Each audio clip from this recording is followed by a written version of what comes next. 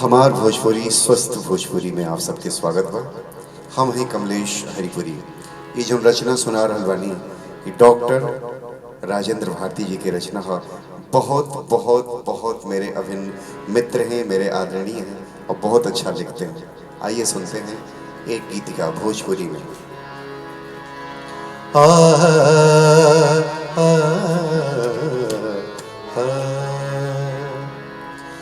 काहे मुहवा मोड़त बानी, काहे मुहवा मोड़त बानी, दिल के रिश्ता तोड़त बानी।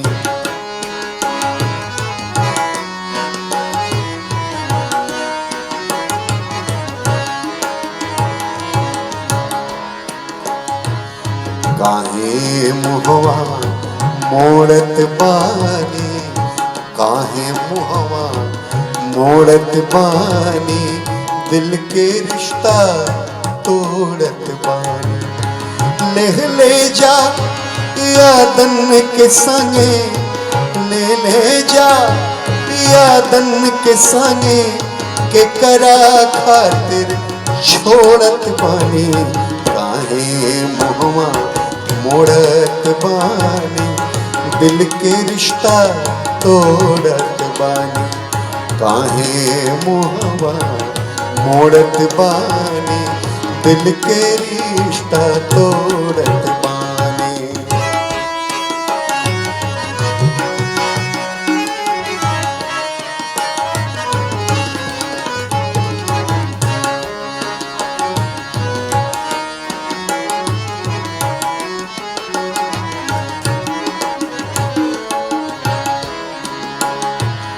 बोली कुछ चुप्पी तोड़ी, क्या लाइन है। बोली कुछ चुप्पी तोड़ी, तोड़ी तोड़ी तोड़ी चुप्पी तोड़ी। बोली कुछ चुप्पी तोड़ी, बोली कुछ चुप्पी तोड़ी। अंगुरी पर का कीनत बाने, काहे मुहवा मोड़त बाने, दिल के रिश्ता तोड़त बाने। काहे मुहवा मोड़त बाने, दिल के रिश्ता तोड़त बाने।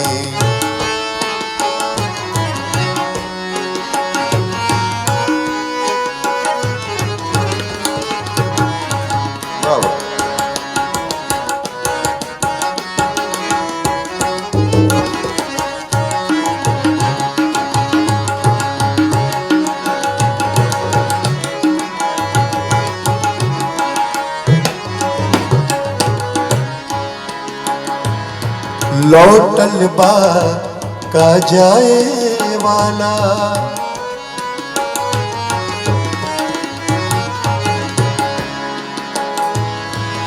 लौटल बा का जाए वाला, लौटल बा का जाए वाला। झूठहू माथा फोड़त बानी, काहे मुहवा मोड़त बानी, दिल के रिश्ता तोड़त बानी। काहे मुहवा मोड़त बानी, दिल के रिश्ता तोड़त बानी।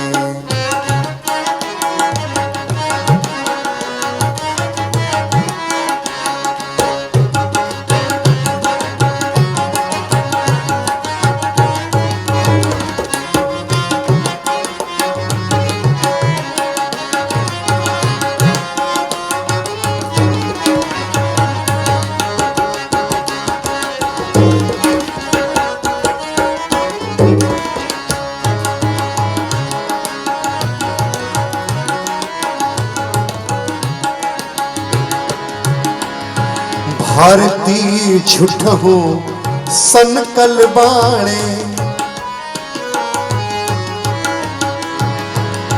राजेंद्र भारती जी की रचना है। भारती झूठहू सनकल बाणे, भारती झूठहूँ सनकल बाणे, भारती झूठहूँ सनकल बाणे, एने ओने दौड़त बाने, काहे मुहवा मोड़त बाने, दिल के रिश्ता तोड़त बाने, दिल के रिश्ता तोड़त बाने, काहे मुहवा मोड़त बाने, दिल के रिश्ता तोड़त बाने। ले जा यादन के संगे, ले जा यादन के संगे, के करा खातिर छोड़त बानी, काहे मुहवा मोड़त बानी, दिल के रिश्ता तोड़त बानी, दिल के रिश्ता तोड़त बानी, दिल के रिश्ता तोड़त बानी, दिल के रिश्ता तोड़त बानी। बहुत बहुत प्रणाम आप सब।